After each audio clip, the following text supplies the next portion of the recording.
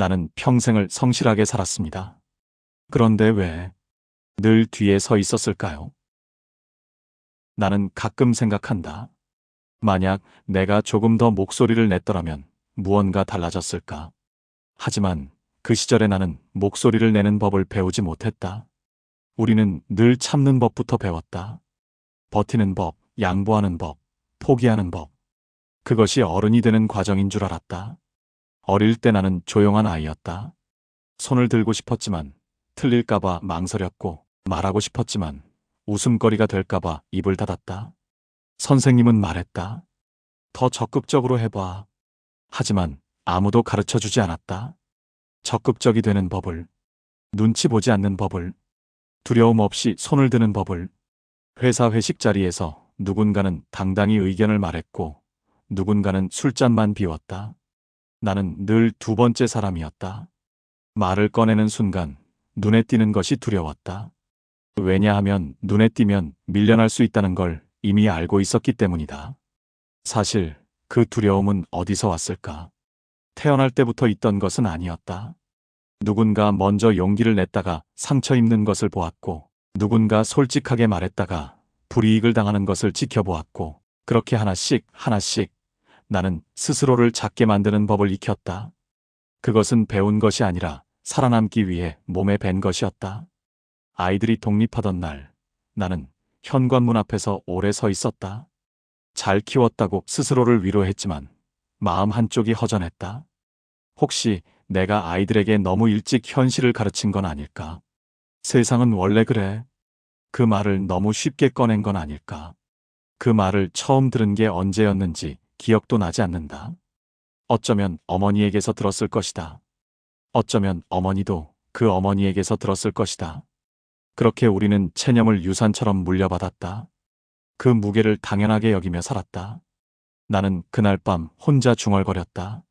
세상은 원래 그런 게 아니라 그렇게 만들어진 것 아닐까? 누군가 만든 것이라면 누군가 바꿀 수도 있지 않을까? 그 작은 생각 하나가 오랫동안 가슴속에 남았다. 씨앗처럼 조용히. 나는 정의를 책에서 배우지 않았다. 나는 정의를 병원 대기실에서 배웠고, 공장 작업대에서 배웠고, 은행 창구 앞에서 배웠다. 누군가는 쉽게 통과하고, 누군가는 오래 기다리는 장면 속에서 나는 정의의 부재를 배웠다. 그리고 그 부재가 사람을 어떻게 작게 만드는지도 배웠다.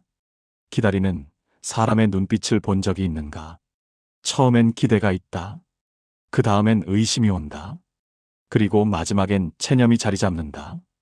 그 체념이 굳어지면 사람은 더 이상 묻지 않는다. 왜요? 라는 말을 꺼내지 않는다. 그냥 받아들인다.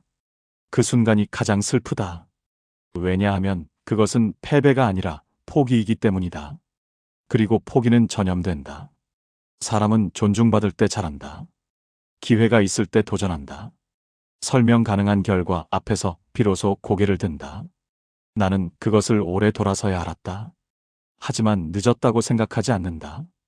알았다는 것 자체가 이미 무언가의 시작이니까.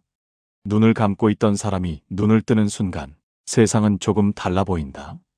전과 같은 장면인데 다르게 읽힌다. 그것이 작은 각성이다.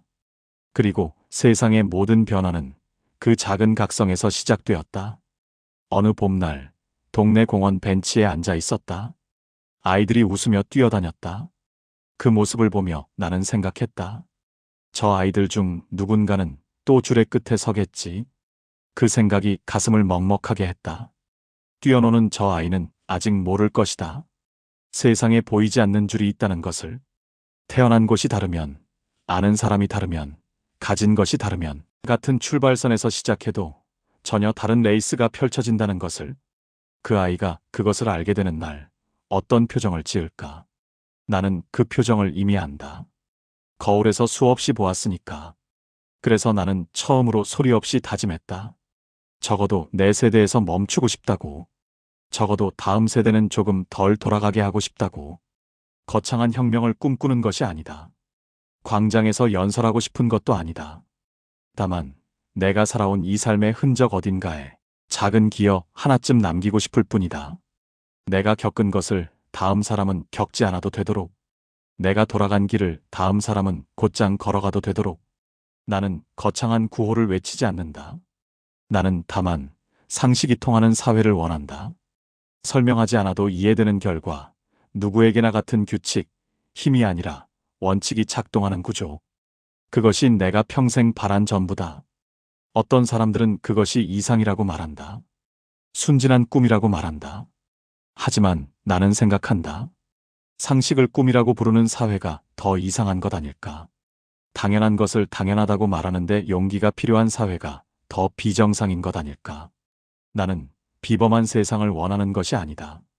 그저 평범함이 보장되는 세상을 원할 뿐이다. 나는 약자였다.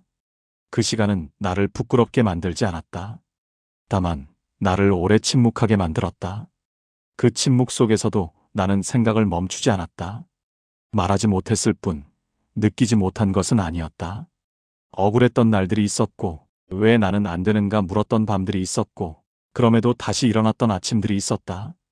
그 아침들이 모여 지금의 나를 만들었다. 그래서 나는 그 시간들을 원망하지 않는다. 다만 더 이상 그 시간들을 반복하고 싶지 않다. 이제는 그 침묵을 끝내고 싶다. 분노로 말하지 않겠다. 원망으로 말하지 않겠다. 다만 차분하게, 단단하게 말하겠다. 줄의 끝은 사라져야 한다고. 언젠가 내 손자가 커서 세상을 걸어갈 때 그 아이가 눈치를 보지 않고 의견을 말할 수 있기를 바란다. 그 아이가 아는 사람이 없어도 정당하게 평가받기를 바란다. 그 아이가 노력한 만큼 설명 가능한 결과를 얻기를 바란다. 그 아이가 살아갈 세상은 지금보다 나아야 한다. 그것은 소망이 아니라 책임이다. 나의 세대가 져야 할 책임. 우리가 만들어 온 이 구조를 우리가 고쳐야 할 책임. 다음 세대에게 더 가벼운 짐을 물려줄 책임. 그날이 오면 나는 비로소 안심할 것이다. 나는 영웅을 기다리지 않는다. 나는 기적을 기다리지 않는다. 나는 단지 사람이 사람답게 대우받는 날을 기다린다. 줄의 끝이 사라지고 고개 숙이는 사람이 사라지고 원래 그래라는 체념이 사라지는 날. 그날은 갑자기 오지 않을 것이다. 누군가 한마디씩 말하고 한 걸음씩 나아가고 작은 용기들이 쌓이고 쌓여서 만들어질 것이다. 나는 그 긴 과정의 아주 작은 한 점이고 싶다. 기억되지 않아도 좋다. 다만 그 흐름 속 어딘가에 내가 있었다면 그것으로 충분하다. 그날이 오면 나는 조용히 미소 지을 것이다. 그리고 말할 것이다. 그래도 우리는 조금 나아졌다고.